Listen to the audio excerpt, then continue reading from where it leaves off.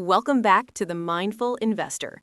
I'm your host, Alex, and today we are diving deep into the psychological bedrock of financial success.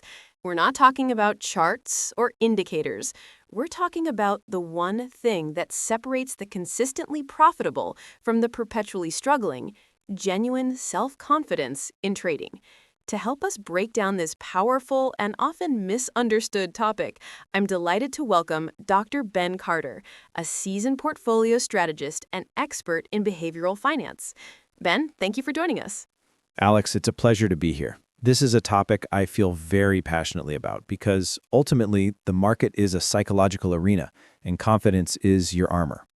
I love that analogy. Confidence is your armor. Let's start with the central puzzle raised by the source material. We see two traders with the exact same system, the same access to the latest Fed report, and yet one freezes at the opportunity and the other executes with surgical precision. Where's the difference coming from? The difference isn't in their information, it's in their internal operating system.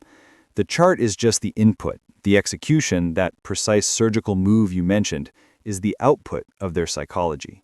The consistent trader isn't guessing. They are simply executing a plan they fundamentally trust.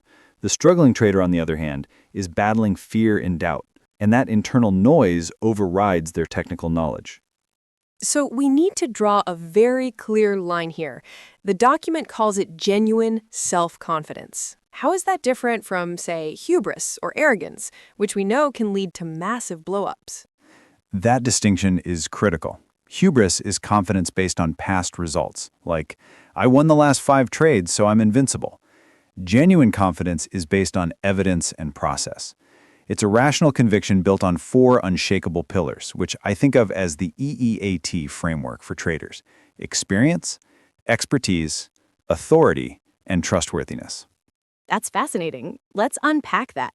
Start with experience, E. Experience is simply validated data. It's not about how long you've been trading, it's about how many times you've stress-tested your system. The consistent trader has done the rigorous back-testing and forward testing. They know their system has, say, a 60% win rate and a maximum historical drawdown of 12%. Think of it like a civil engineer building a bridge. Their confidence isn't a feeling. It's the result of thousands of load calculations.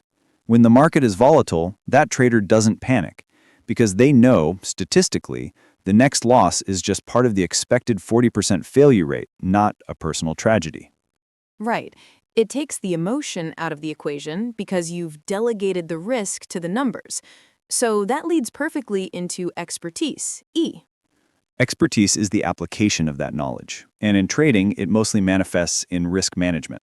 A genuine expert knows that their capital is finite, and they adhere to the sacred rule: never risk more than 1 to 2% of their capital on any single trade.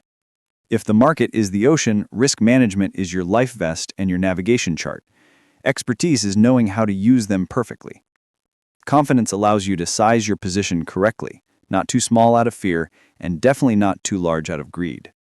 And then we move to authority, A. This concept of having authority over the trading plan really resonated with me. It's the highest law in your trading world. Your plan is your constitution. True authority means that nothing, not news headlines, not a chat room guru, and certainly not your own gut feeling, has the authority to modify that plan in real time.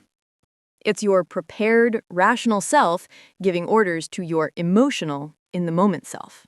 Exactly, and genuine confidence is the ability to execute that plan without hesitation. If your stop loss is triggered, you hit the button. No, maybe it'll come back. You've delegated the decision-making authority to the version of you that was calm and rational when the plan was written. And finally, trustworthiness, the ultimate outcome. Trustworthiness is the result of those 3 pillars working in harmony. It's the faith you place in yourself to be consistent. If your trading account were a business, you earn trust by demonstrating a proven history of following the rules. Every disciplined action, even a small one, reinforces your inner reliability and builds that lasting, consistent confidence. That makes so much sense. Now let's talk about the enemy of this genuine self-confidence, which is cognitive biases. The source material highlights the disposition effect as perhaps the most destructive. Explain what that is.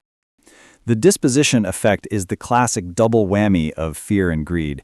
It's when a trader sells winning positions too early, out of fear that the profit will disappear, and holds losing positions for too long, out of hope that the price will recover. I know so many traders who do this.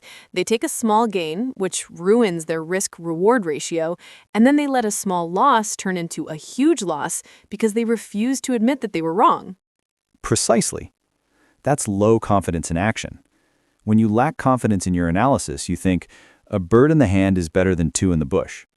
But genuine confidence fights this by letting winners run to their technical target and cutting losses mercilessly when the stop loss is triggered. You respect your system, not your fleeting emotion. And what about the other biases, like anchoring and confirmation bias? Those are often fueled by overconfidence, the ego side. Anchoring is when you cling to an initial price level, regardless of new data. For example, I bought at $50, so it must go back to $50. Confirmation bias is then only reading articles or watching videos that confirm your $50 thesis, ignoring all the bearish news. This bias is driven by the inability to be wrong. Genuine confidence, however, is rooted in humility and probability. A confident trader is secure enough to say, the data has changed, my hypothesis is now invalid, and I'm taking the loss. They actively seek evidence that refutes their position. That's called second-level thinking, because they value capital preservation over being right. So fear causes hesitation and premature exits, and greed causes overtrading and excessive leverage. Confidence, built on those four pillars, acts as the psychological buffer against both. Exactly. You observe the market volatility with a serenity that comes only from knowing your system is in charge, not your current mood. As Benjamin Graham, the father of value investing, said, you should view yourself as a business partner, not a nervous speculator. That's a great quote to transition into our practical section. This whole idea of confidence being a trainable skill is powerful. What are the key strategies we can implement today to build that robust, genuine self-confidence? Let's look at 3 actionable steps, starting with the most powerful tool, the rigor of the trading journal. Most people just record entries and exits. That's useless. To build confidence, you must record your emotional state before and during the operation, the exact reason for the entry, did it meet 100% of your plan's criteria, and any deviation from the plan. So you're not just auditing the trade, you're auditing yourself.